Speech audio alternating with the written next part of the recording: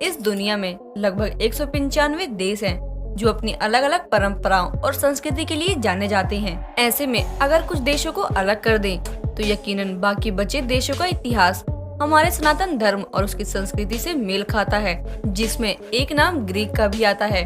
जी हाँ दोस्तों, हम बात कर रहे हैं ग्रीक गॉड्स की, जिनके ऊपर सनातन धर्म की गहरी छाप दिखती है। सबसे पहले आपको बताते हैं सप्तऋषि और प्लेट्स की।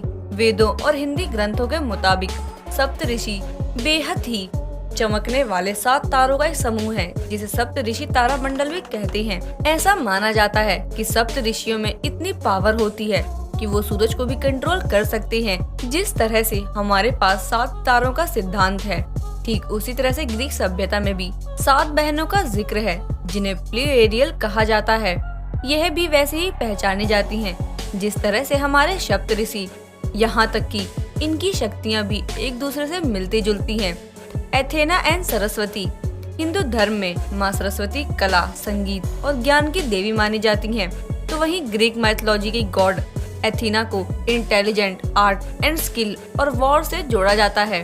इन दोनों ही देवियों की सवारी भी समान ही है, जिसमें माँ सरस्वती के साथ स्वान और पीकॉक है। वहीं देवी एथेना एक आउल के साथ यानी उल्लू के साथ नजर आती हैं। और तो और इनके जन्म भी काफी कॉम्प्लिकेटेड तरीके से बताए गए हैं। जहाँ एथेना ज़ीयस के सर में से निकली थी, तो देवी सरस्वती ब्रह्मा जी के मुंह से जन्मी थी। एक ही जैसी पावर होने पर इन दोनों देवियों को अलग अलग तरीके से दिखाया गया है। इसके बाद आते हैं इंद्रदेव एंड ज़ीयस। इन दोनों ही गॉड्स में समानता इनकी पोजीशन को लेकर है।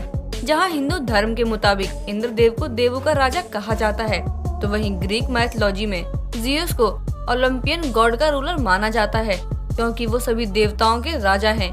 वहीं इन दोनों की पावर भी समान ही है।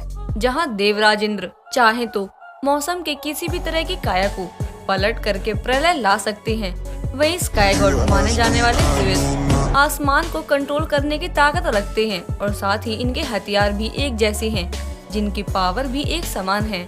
हेडिस एंड यमराज। हेडिस और यमराज यह दोनों ही पाताल लोक के स्वामी हैं, मगर दोनों ही शैतान नहीं हैं। बस इनका काम इंसान की मृत्यु के बाद उनके कर्मों के आधार पर उनको सजा देना है कि उसे स्वर्ग में जाना चाहिए या नर्क में। साथ ही साथ इन दोनों ही गॉड्स के पास डॉग्स भी हैं, जो कि पाताल लोक की पहरेदारी करते हैं। तो दोस्तों, यह थी वो समानताएं जो बताती हैं कि ग्रीक माइथोलॉजी सनातन धर्म का ही एक रूप है।